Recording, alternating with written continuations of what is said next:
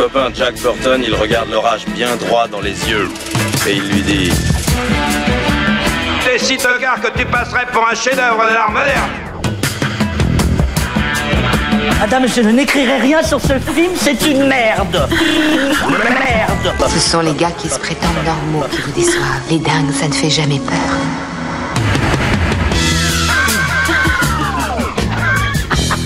Elle nous connaît dans les coins, la frangine. Salut, c'est Clémence. Bienvenue dans Sale Temps pour un film, le podcast qui fait la pluie et le beau temps sur le cinéma. Chaque semaine, on se retrouve pour vous parler de la sortie du moment. Ici, on traite les films en profondeur, donc pour ça, on est bien obligé de spoiler. Si vous n'aimez pas ça, allez d'abord voir le film et revenez nous écouter quand ce sera fait. À mes côtés cette semaine, une équipe ensorcelante. Ici, ils analysent des films, mais je suis à peu près certaine que dans un autre univers, ils sont critiques gastronomiques et que dans un autre, c'est un groupe de rock. J'ai le plaisir de retrouver Marie. Salut. Julien. Salut. Eric. Salut Clémence. Et Stéphane. Salut Clémence. À la technique, c'est notre magicien de l'audio. Les micros lui obéissent au doigt et à l'œil et la console se tient bien sage. Bonjour Alain. Salut Clémence. Et on dit merci à Latex pour le montage, le mixage et l'habillage sonore. On remercie tous nos soutiens, car oui, cet épisode de Sale Temps pour un film est soutenu par Eurochannel, la chaîne 100% fiction et cinéma européen. Retrouvez des films exclusifs et des séries télé inédites sur les offres Bouygues, Orange et Free. Pour tout savoir, rendez-vous sur eurochannel.fr. Et puis on ne le dira jamais assez, nos émissions existent avant tout grâce à toutes les auditrices et les auditeurs qui nous écoutent et nous soutiennent. Pour qu'on reste indépendant et qu'on arrive à en vivre, on a besoin de vous, donc n'attendez plus. Pour nous soutenir, rendez-vous sur patreon.com ou tipeee.com, mot-clé Capture Mag. Enfin, si vous êtes du côté de Paris le samedi 28 mai, notez bien la date dans votre agenda. C'est la prochaine séance Capture. Au programme Millennium Actress, un chef-d'œuvre de la Japanime signé Satoshi Kon. Vous pouvez réserver vos places dès maintenant sur le site du Club de l'Étoile, clubdeletoile.fr. Cette semaine, Wingardium Leviosa. Ah non, ça pardon, c'est Harry Potter. Cette semaine, on vous parle d'un autre sorcier, le docteur Stephen Strange. Il fait son grand retour dans le 28e film de l'univers cinématographique Marvel, Doctor Strange in the Multiverse of Madness, sorti ce mercredi 4 mai. Le multiverse, on en avait déjà entendu parler dans le précédent opus de la Maison des Idées, Spider-Man No Way Home. Ici, c'est donc au tour du Docteur Strange d'être confronté à des réalités alternatives qui renferment d'autres versions de lui-même. Sa mission, protéger America Chavez, une adolescente capable de traverser les univers contre Wanda Maximoff, alias la sorcière rouge. Pour orchestrer ces voyages multidimensionnels, c'est d'abord Scott Derrickson, réalisateur du premier Doctor Strange, qui est embauché.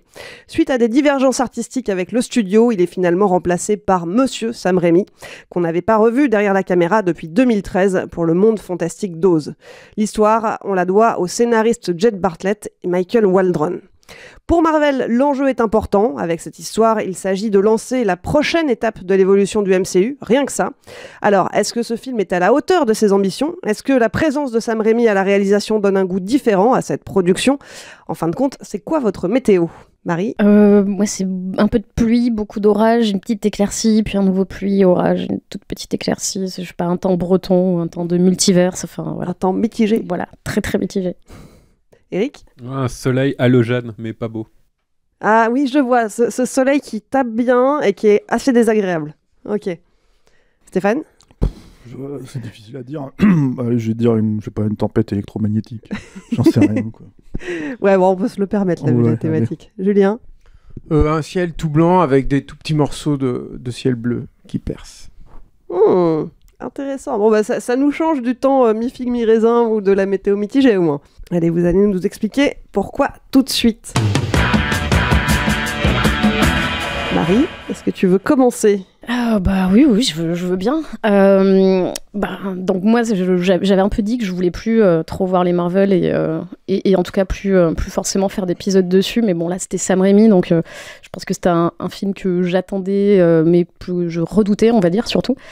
Première chose, c'est que je suis assez étonnée qu'on voit autant la patte de Sam Raimi dedans, parce que je pensais que ce serait beaucoup moins visible. Après, c'est pas pour ça que je m'en satisfais, mais je vais noter quelques bonnes choses et je pense que les autres se chargeront de tous les mauvais aspects du film sur lesquels je serai sûrement d'accord. Mais moi, j'étais assez étonnée de voir... En fait, Scott Derrickson avait dit à l'époque où il était sur le film qu'il voulait faire le premier Marvel horrifique. Et c'est vrai qu'il y a un côté horrifique quand même qui est assez présent.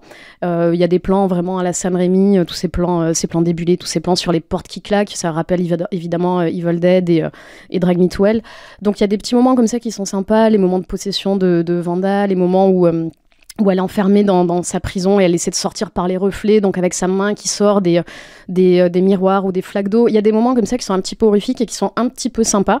Après, c'est aussi un film qui réussit à tuer certains de ses personnages, alors même si c'est des doubles ou des personnages qui sont dans un univers parallèle, et il n'y aura pas forcément de conséquences dans le vrai univers du film.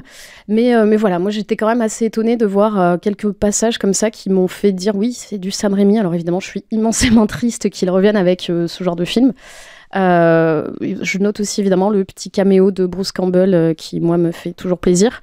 Après, je me dis, voilà, si je veux voir un film avec Bruce Campbell qui se frappe, avec la voiture de Sam Raimi qui passe dans un coin, avec des morts-vivants, en fait, je revois Evil Dead 2, quoi. Et du coup, voilà, en fait, quand je vois ce film, j'ai très envie de revoir des films de Sam Raimi d'avant, quoi. Il y avait aussi, je sais pas, moi, je m'attendais pas à grand-chose, mais je pense qu'il y avait aussi beaucoup de possibilités quant à ce multiverse qu'on nous vend. D'ailleurs, il y a ce passage où ils traversent plusieurs univers qui ont tous qui ont l'air d'être des univers incroyables, trucs où ils sont tout fragmentés, des trucs où ils sont en peinture, en machin, pour au final finir dans un univers qui est quasiment le même que le nôtre. C'est New York, mais juste fleuri. Et moi, je trouvais ça hyper frustrant, hyper dommage. Et les feux verts sont rouges. Ouais, voilà, c'est juste ça. Et du coup, tu dis, en fait, vous aviez toutes ces possibilités-là. Et la seule chose que vous trouvez, c'est juste inverser les couleurs des feux et mettre juste des fleurs dans la ville. Je sais pas, moi, j'étais vachement frustrée par ce truc-là, quoi. Tu trouves que ça n'a pas été assez exploité finalement, les possibilités? C'est pas exploité du tout, quoi. C'est vraiment, c'est juste une version de la vie qu'on connaît, de la ville qu'on connaît à peine embellie. Donc je sais pas, pour quelque chose qui était vendu comme un multiverse, je pense que le Spider-Man animé là, dans le Spider-Verse qui va sortir sera certainement, évidemment c'est de l'animation, mais sera beaucoup plus inventif que ça. Enfin, je comprends pas en fait qu'on se limite à ça quand on vend un multiverse, quoi. Donc voilà. C'est vrai qu'on le voit traverser, même un univers de dessin animé, un univers des choses assez psychédéliques, et en fin de compte... Et en fait, ça, c'est à l'image du film, pour moi, où vraiment, il y avait plein de possibilités. On entrevoit des tout petits moments où on entrevoit du Sam Raimi, et en fait, on reste sur quelque chose de hyper plan-plan à la Marvel. Après, de toute façon, évidemment, le scénario est pas de lui, et je pense que quand on se met dans des films comme ça, on n'a évidemment pas de marge de manœuvre. Enfin, on l'a bien vu il y a des années avec Edgar Wright, qui était parti du projet Ant-Man, et on sait très bien que qu'on réalise pas un film, mais qu'on réalise un épisode, un film qui est un épisode dans une grande saga, dans le grand MCU, donc forcément il n'y avait pas grand chose à attendre. Donc voilà, je trouve aussi que le film est forcément un peu long, qu'il y a des choses qui vont forcément pas très bien vieillir. Il y a cette scène avec le combat où il se jette des symphonies et des notes de musique au visage. Je trouvais ça assez catastrophique.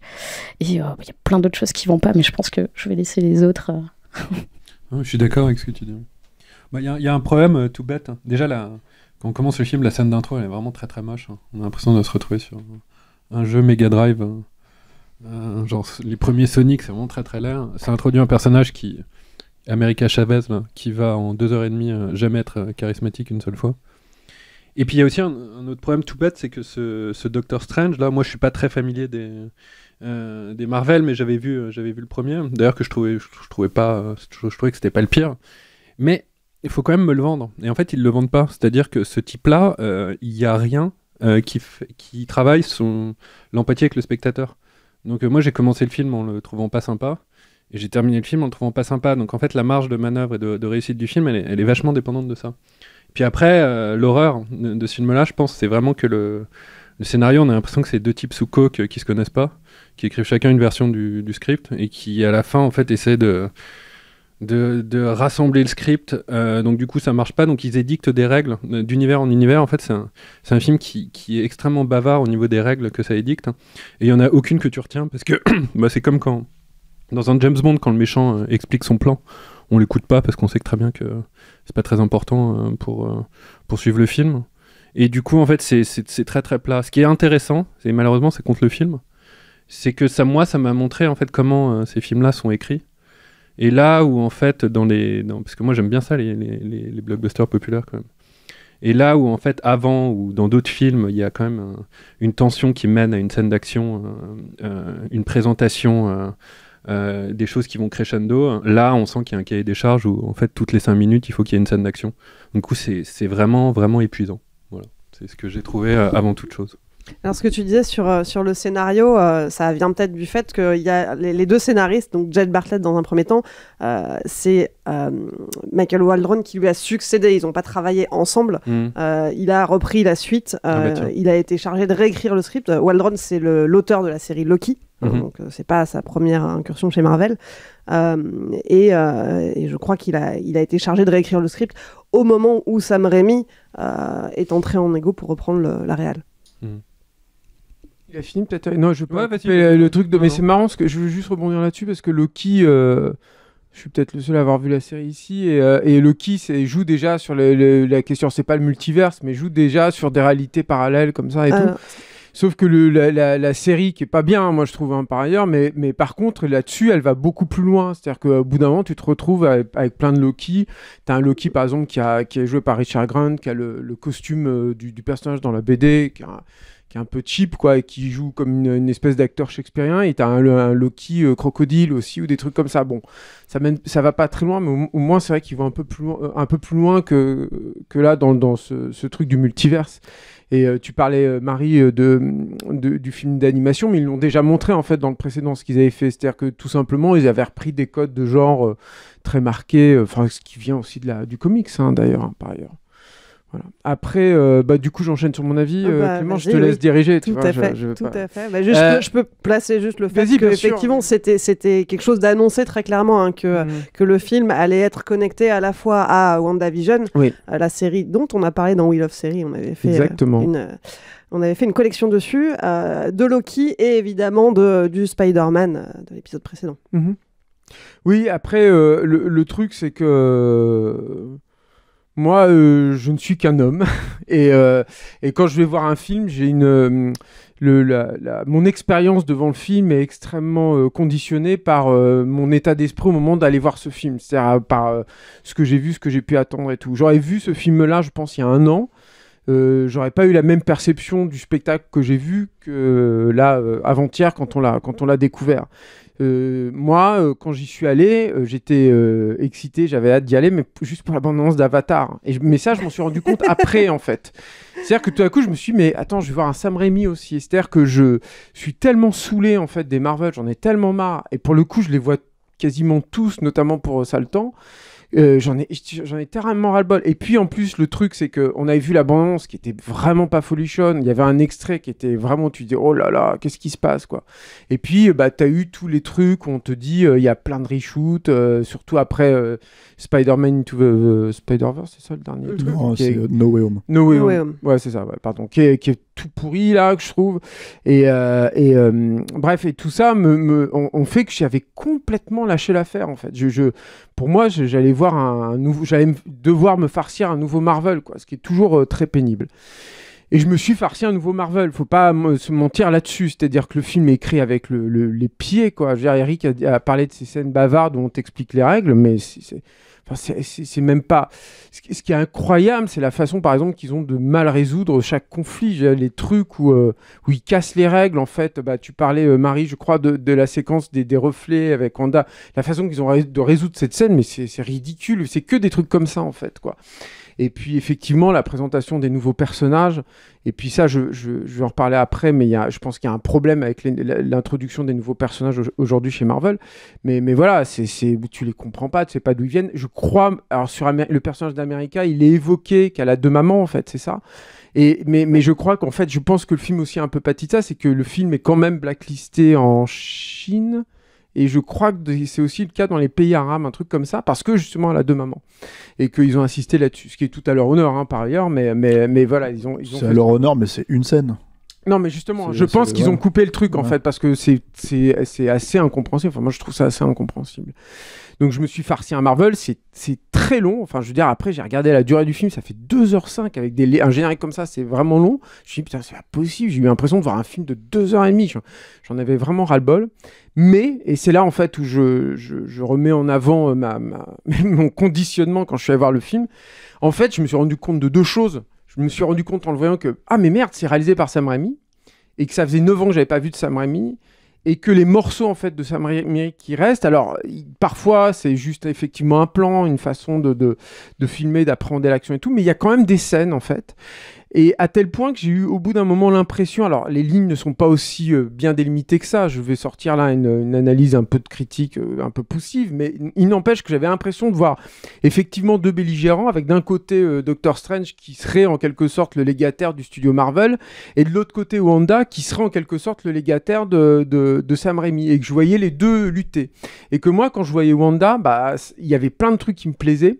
Je trouve notamment qu'il y a une vraie belle scène de Sam Raimi, qui est une scène de possession, et là où je trouve que justement la condition du multiverse fonctionne vraiment bien, avec des vraies belles idées de découpage et de mise en scène, et avec des gageurs en plus techniques. Je trouve que ça a dû être vraiment compliqué, je pense, certaines choses à faire. Tu penses à une scène en particulier ? Oui, une scène en fait où il y a plusieurs univers en fait se mélangent en fait, où tu te dis, quand tu le vois, tu entends ce spectateur, tu te dis bon bah c'est simple, ils ont filmé 2 fois. Non, mais sauf que ça marche pas comme ça en fait. Je pense qu'il y a plein de doubleurs numériques en fait dans ces plans. Moi j'ai été assez impressionné par ça. Et puis encore une fois, donc de temps en temps des petits trucs où moi par exemple, je suis comme Eric, je trouve que le précédent Doctor Strange est plutôt correct à l'aune de ce que Marvel Studios nous offre, hein, donc bon. Mais il y avait pour moi, j'avais une frustration, c'est que Doctor Strange, pour le coup, c'est Steve Ditko, c'est tout l'univers psychédélique en fait du début des années 70. C'est ça, c'est pour ça que t'aimes Doctor Strange. Enfin moi, c'est pour ça que je lisais les moi, comics, c'est ce qui me plaît dedans. parce que t'avais des cases là, ça éclatait dans tous les sens et tout. Et de temps en temps, j'avais aussi retrouvé ça en fait dans le Sam Raimi. Pas assez, encore une fois. Tout est frustrant hein, dans le film. Je dis pas autre chose quoi. Mais j'ai retrouvé le truc, et c'est Sam Raimi, et ça fait donc 9 ans, c'est ce que tu as dit, donc que j'ai pas vu un film de Sam Raimi. 2013 quoi. Le dernier. 2013, voilà, donc c'est Sam Raimi, ça fait 9 ans que j'ai pas vu de film et tout, j'adore ce mec et tout, et voir ces morceaux-là là-dedans, ça m'a satisfait. Et il y a un autre petit truc positif, moi, dans le film, c'est que, à mon grand étonnement, et c'est peut-être moi qui étais particulièrement bien luné ce jour-là, où j'en sais rien, le film m'a ému. Un petit peu, hein, je vais pas dire que j'ai lâché ma larme ou quoi que ce soit, mais ça fait tellement... Enfin, je pense qu'il faut que je remonte au premier Captain America pour avoir été ému par un Marvel, quoi.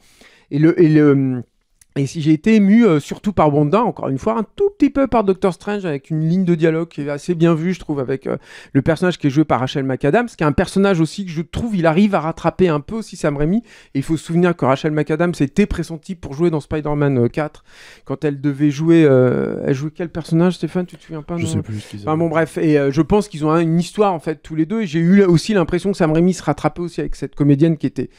pour moi, à mon sens, totalement laissé de côté en fait dans le premier Doctor Strange. Et voilà, et du coup, j'en suis sorti, je me suis je m'attendais pas à avoir ces motifs de satisfaction en fait dans le film, et je suis quand même content d'avoir vu ça. C'est-à-dire que c'est mieux que rien. Je me suis fait 9 ans d'absence pour un réalisateur comme ça. C'est presque une mort, enfin, c'est exceptionnel, quoi.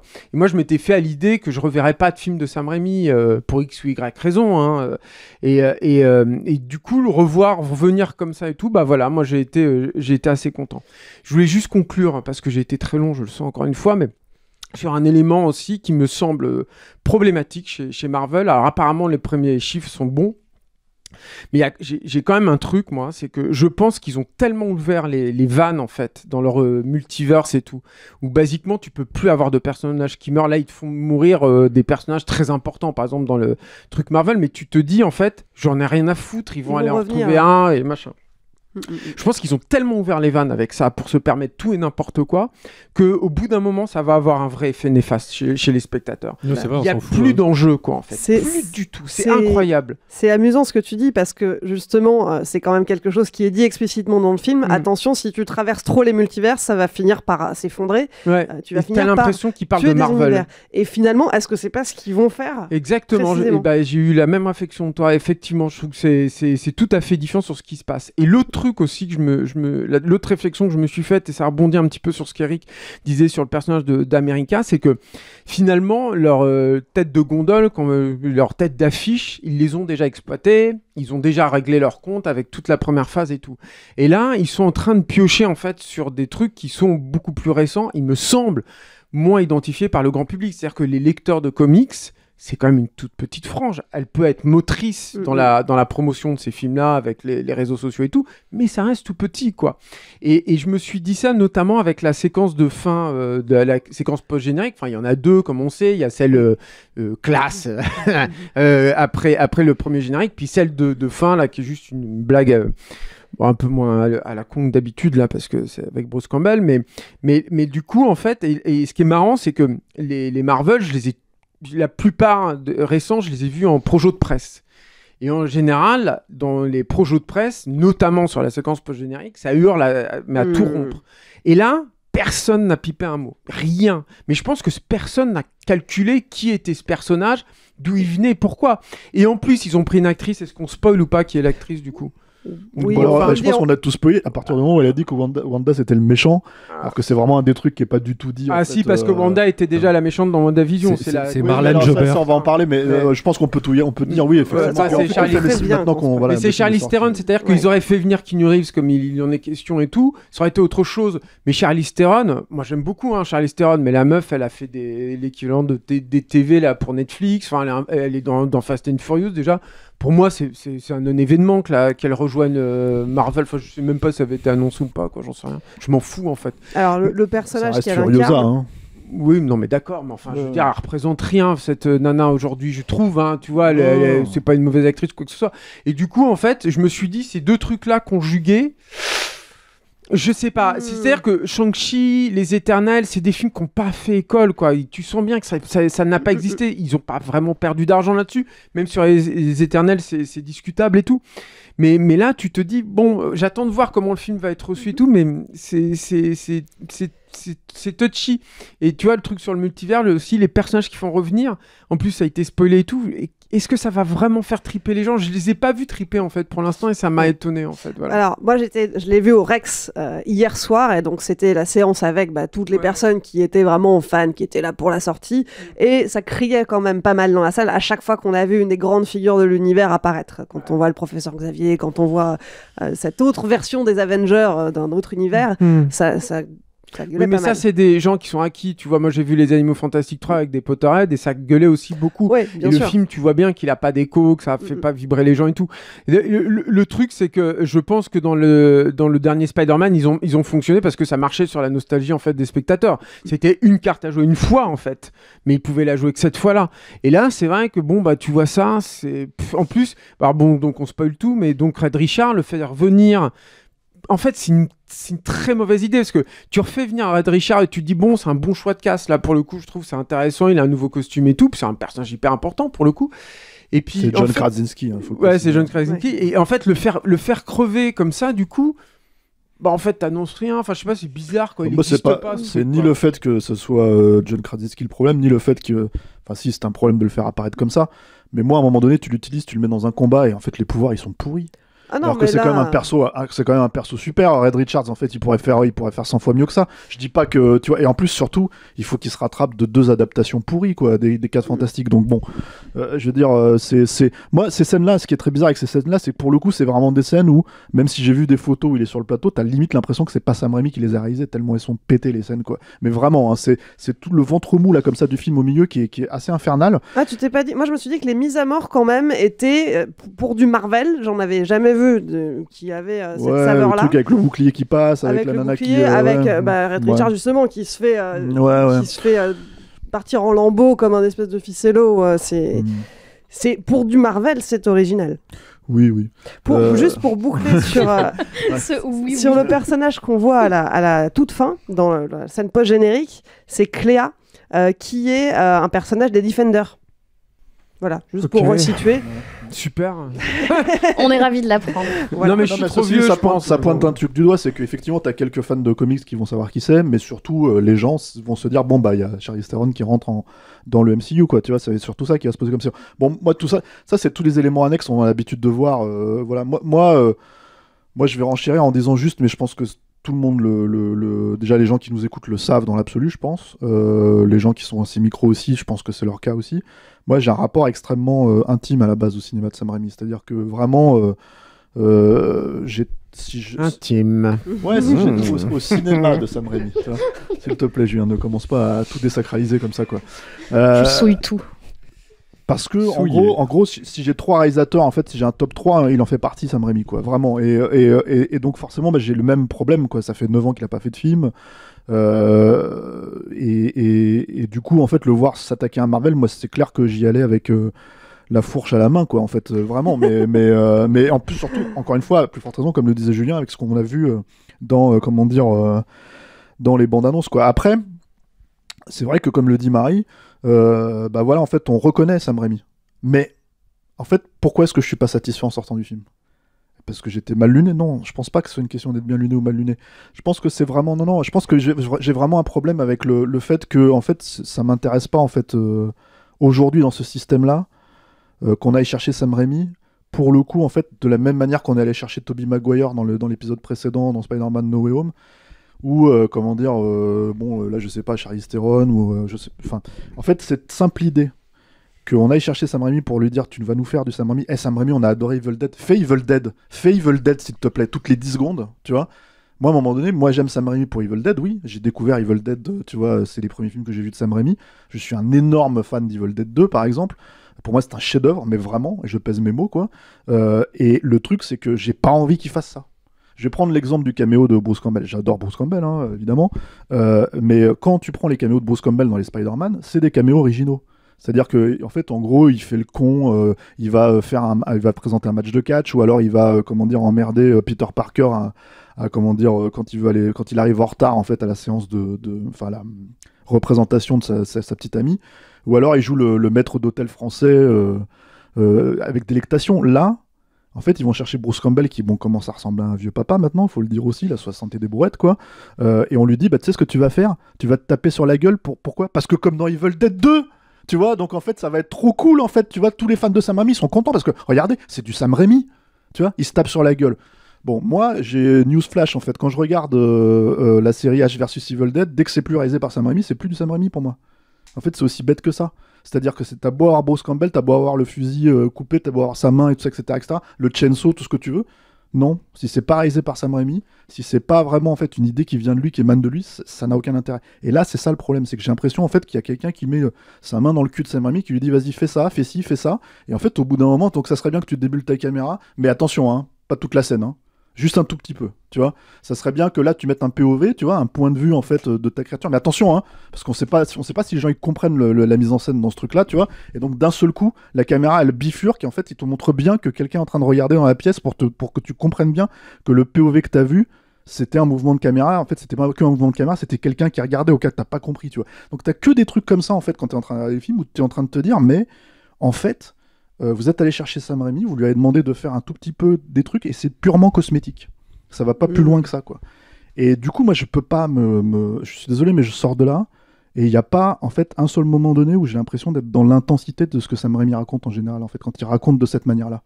C'est-à-dire que, en gros, de l'extérieur, si tu regardes ces séquences-là, tu pourrais dire, ouais, c'est comme, il fait la même chose que ce qu'il faisait, en fait, dans Spider-Man 2, quand le Dr Octopus se réveille, et que d'un seul coup, en fait, si tu veux, les tentacules prennent vie, et qu'il commence à éclater tout le monde, tu vois, c'est une scène à la Evil Dead 2, quoi, tu vois. Sauf que c'était une scène entièrement conceptualisée autour de cette mise en scène. Là, c'est plus le cas, c'est des plans. C'est un plan par-ci, un plan par-là. Et pour moi, le caméo de Bruce Campbell, il représente exactement ça. C'est-à-dire, c'est vraiment genre, en fait, en gros, t'es devenu une espèce de trademark, Sam Raimi, tu vois, pour les geeks.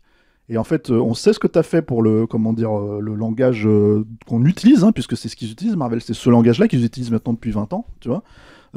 Mais en fait, on va pas te laisser réinventer le truc. Et quand je dis réinventer le truc, c'est pas Sam Raimi qui se répète, hein. Je pense pas que ce soit ça le fond du problème, hein. Je pense que le fond du problème, c'est vraiment, en fait, lui couper les ailes, tout le temps. Alors, le truc qui est super bizarre, c'est, comme l'a dit Julien, pour moi, en tout cas, c'est que, je veux dire, Sam Raimi, il a fait des bons films, il a fait des moins bons films, ça c'est clair, tu vois. Je veux dire, personne ne va survendre ici pour l'amour du jeu, hein, tu vois. Mais le film de baseball avec Kevin Costner, tu vois, qui était déjà un film clairement sur les rails, quoi, mais qui avait au moins le mérite d'être le meilleur film de baseball avec Kevin Costner, juste parce qu'il était supérieurement réalisé, quoi, tu vois. Mais parce qu'au moins il avait des concepts, en fait. Là, le problème de cette mise en scène, pourquoi moi, en fait, cette intensité fonctionne pas, c'est que, en gros, la mise en scène de Sam Raimi, elle est pas seulement juste esthétique, virevoltante, folle. En fait, si tu veux, elle embarque le spectateur. Elle embarque le spectateur, mais en fait, parce que c'est quelqu'un qui a étudié Hitchcock, c'est quelqu'un qui a étudié tous les grands maîtres et qui sait à quel moment, en fait, il peut jouer avec le spectateur. Pas seulement, encore une fois, avec les mouvements de caméra ou les trucs comme ça, mais vraiment dans le montage, le moment en fait, où il va révéler des choses à la dernière seconde, en même temps que les personnages sont en train de le vivre. En fait. Tu prends n'importe quelle scène de Spider-Man, d'action, que ce soit, en fait, qu'elle soit virevoltante ou pas, que ce soit en fait, des mouvements de caméra baroque ou tout ce que tu veux, tu te retrouves en fait avec... t'es dans le feu de l'action, t'es dans l'intensité de la séquence, parce que justement, en fait, il y a toute une révélation autour de ce qui se passe à ce moment-là, tu vois. C'est-à-dire, le moment où il risque de se prendre un poteau dans la gueule, en fait, ça arrive pile poil, en fait. Si tu veux, juste avant que tu te rends compte du truc, là, c'est pas le cas. Là, le truc, c'est que t'as 10 trains d'avance sur tout ce qui se passe, tu vois.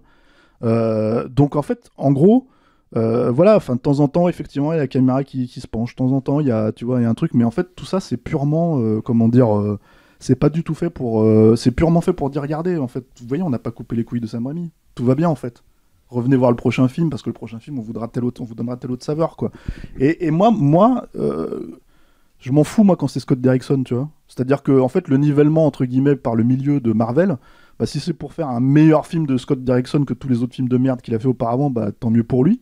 Mais si c'est pour faire un moins bon film en fait que ce que Sam Raimi a fait, ça m'intéresse pas. Et donc en fait, si tu veux, c'est tout le problème, c'est qu'on est encore en train de se taper parce que là en fait, t'as à se poser la question de si c'est un meilleur Marvel que le précédent. Bon bah oui, alors là évidemment si le précédent c'est Spider-Man No Way Home, personne va dire le contraire, je pense. Mais est-ce que c'est, enfin, je veux dire, pour moi c'est le pire blockbuster de Sam Raimi. C'est le pire, c'est celui sur lequel où tu sens qu'il a pas du tout le contrôle, quoi. Effectivement, comme l'a dit Julien, c'est tellement mal écrit que ça, pour le coup, ça ressemble pas du tout à du Sam Raimi. C'est-à-dire qu'on est encore dans un truc où la fameuse America Chavez, elle sert à quoi?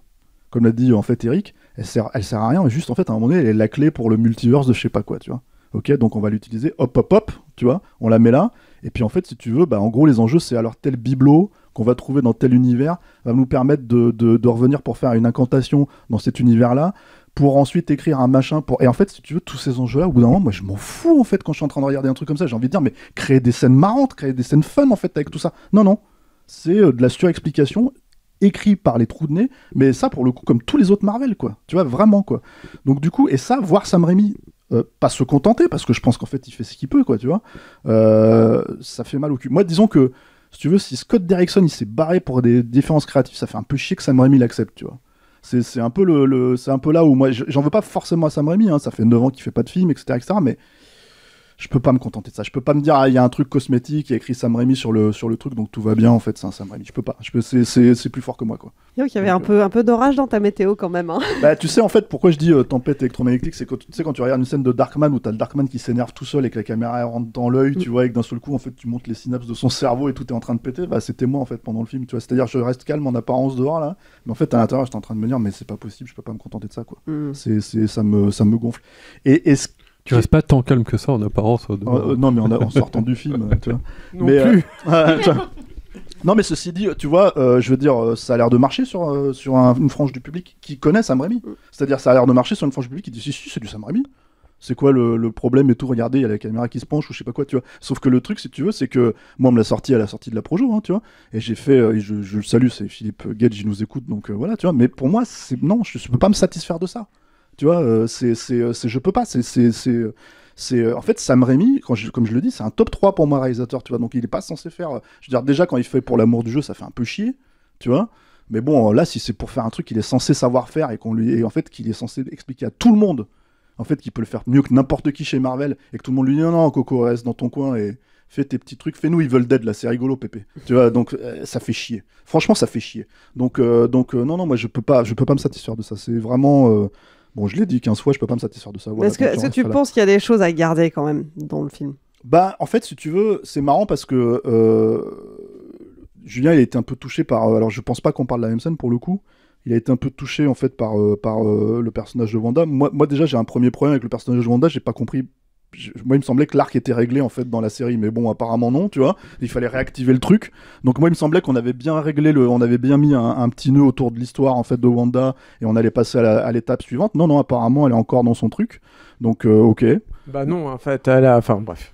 Bref, enfin moi en tout cas, pourtant j'ai vu WandaVision. On t'expliquait dans WandaVision qu'en fait c'était l'histoire d'une nana qui faisait son deuil et en fait elle continue à faire son deuil en autarcie et c'est ce dont on s'aperçoit en fait dans le truc. Là pour le coup je les trouve plutôt cohérents. Quoi. Moi je trouve pas ça cohérent, il me semblait que c'était réglé en fait avec l'épisode précédent, mais c'est pareil en fait, de toute façon c'est comme la logique de l'univers, tu parlais de dessin animé, le truc comment dire, mais bon ce que je voulais dire par contre sur Wanda, et je vais rebondir juste sur le truc du dessin animé, c'est que le truc avec Wanda, c'est qu'il y a une petite séquence, à un moment donné, la toute petite séquence d'introduction des enjeux de Wanda, où elle se réveille, en fait, si tu veux, par rapport au truc. Je me suis dit, bon, ça, c'est quelqu'un qui raconte un film, qui sait raconter un film à ce moment-là, en efficacité de 2, quoi. C'est-à-dire, une séquence, un truc, elle se réveille, et tu comprends, en fait, ce qu'il a traverse, quoi. C'est juste que moi, je comprends pas, en fait, pourquoi on arrive jusque là où elle en arrive, en fait, si tu veux. Sachant qu'elle a traversé tout ce qu'elle a traversé dans WandaVision, voilà. Non, le truc aussi, c'est qu'il y a un problème de cohérence d'univers, tu vois, c'est-à-dire qu'en gros, ouais, moi aussi, je suis comme tout le monde, en fait, ici. J'aurais voulu les voir, en fait, traverser le multiverse comme des tarés, en fait, si tu veux vraiment se taper des gros trips au lieu d'atterrir dans la version, tu vois, bizarro-négative, ou je sais pas quoi, tu vois, dans laquelle ils tombent, quoi. Mais par exemple, si tu veux, ce moment où, enfin, en tout cas, moi, j'essaye de comprendre les choses telles qu'elles se passent, telles avec ce qu'on me donne, quoi, tu vois. Mais si j'ai bien compris, en fait, le personnage de Peggy Carter qui joue Captain America, c'est un truc qui vient de What If, c'est-à-dire la série de dessins animés, et apparemment c'est canonique. Ils l'utilisent dans le MCU comme un épisode du MCU, et en fait, donc c'est une série en animé où on voit Peggy Carter en Captain America. Donc très bien. Donc jusque-là, ça veut dire que ce personnage-là, il est dans un des univers, tu vois, parallèles. Dans un des univers du multiverse. Sauf que donc là, il est en live, cet univers-là. Dans What If, c'est en dessin animé. Et dans le film, on te montre qu'à un moment donné, il traverse le multivers dessin animé, qui n'est pas celui dans lequel ils atterrissent. Donc au bout d'un moment, tu fais, mais putain, mais ça marche comment dans votre tête ?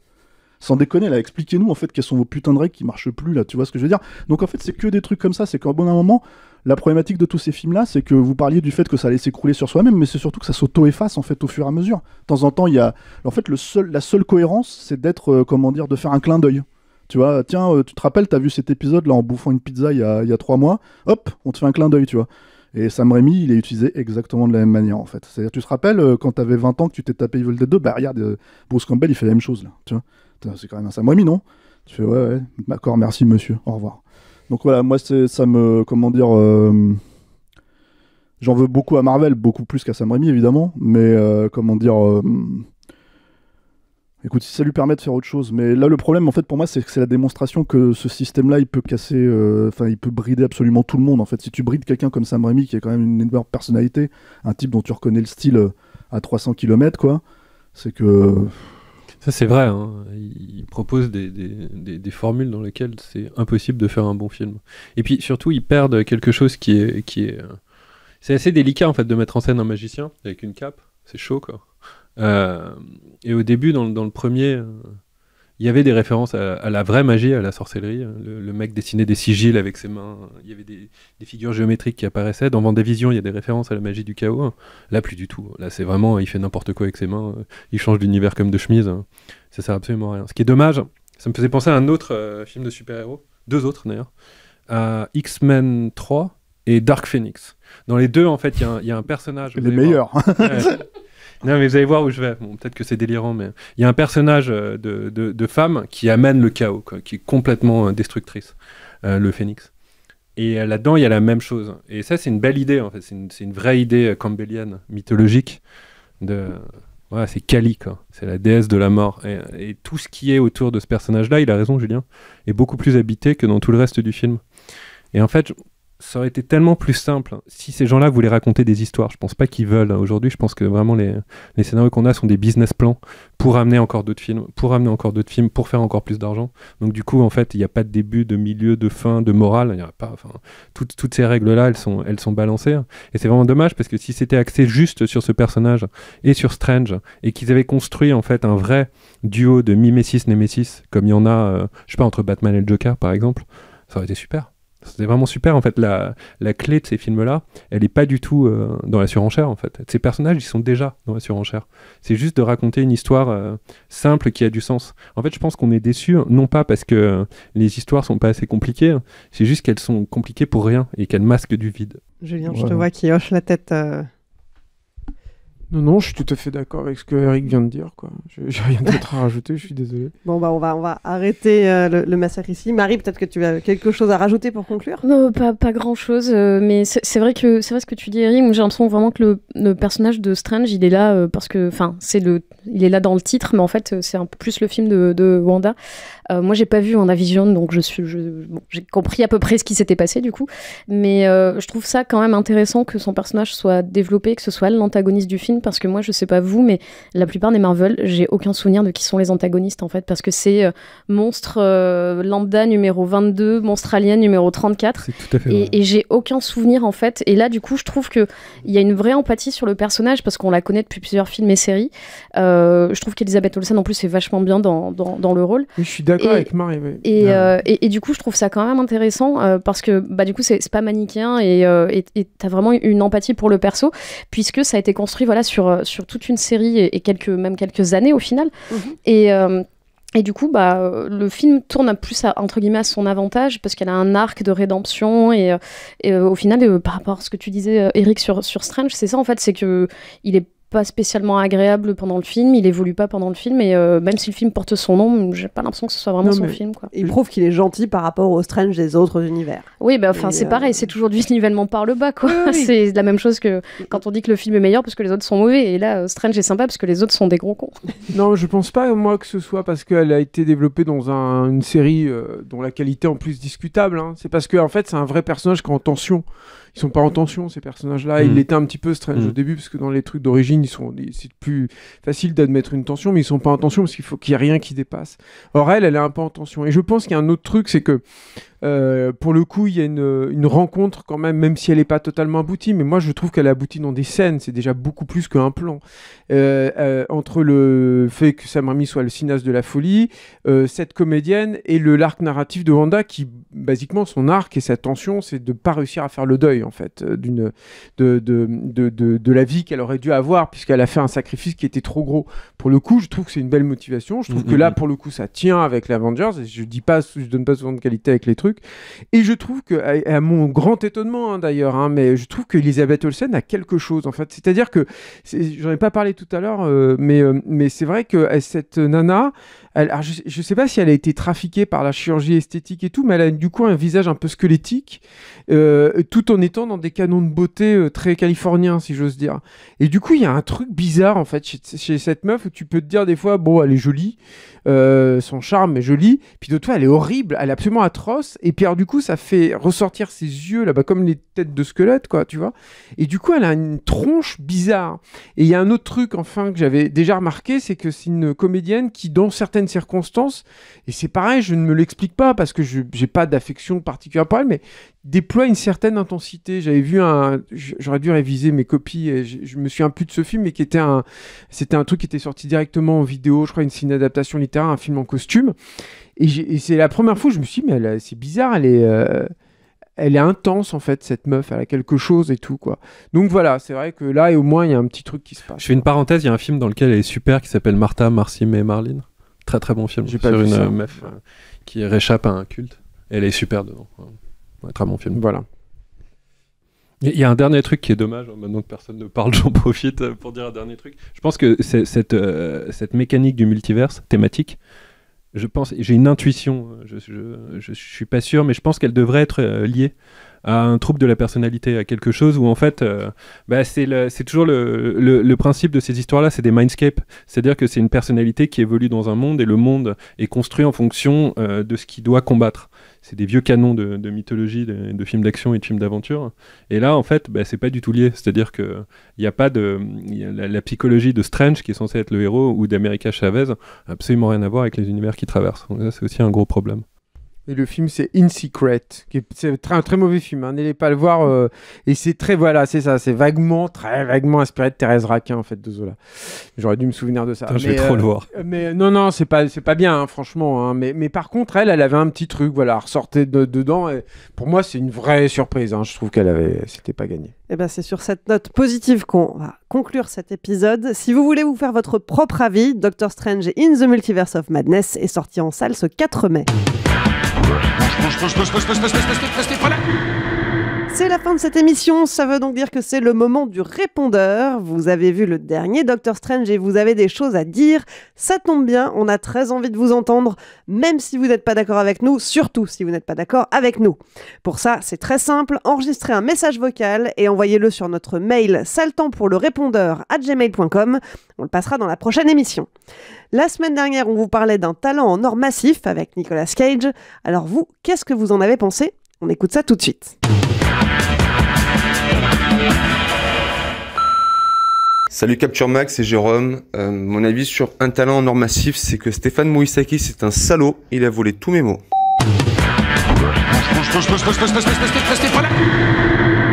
C'est le temps pour un film, c'est fini pour aujourd'hui. Marie, Julien, Eric, Stéphane, merci. Merci Clémence. Merci Clémence. Et puis merci Alain à la technique. Et merci à vous qui nous écoutez et qui êtes un peu plus nombreux chaque semaine. Si vous nous découvrez, pensez à vous abonner pour ne pas rater les prochaines émissions. Et puis si vous voulez nous encourager, nous soutenir et contribuer à notre indépendance, rendez-vous sur patreon.com ou sur tipeee.com, mot-clé Capture Mag. Enfin, vous pouvez aussi nous aider à nous faire connaître. Parlez de nous à vos amis, relayez nos émissions sur les réseaux sociaux et mettez-nous des étoiles sur les applis podcast. On compte sur vous. Allez, je vous laisse, on se retrouve dans une semaine pour un nouvel épisode de Ça le temps pour un film. Salut!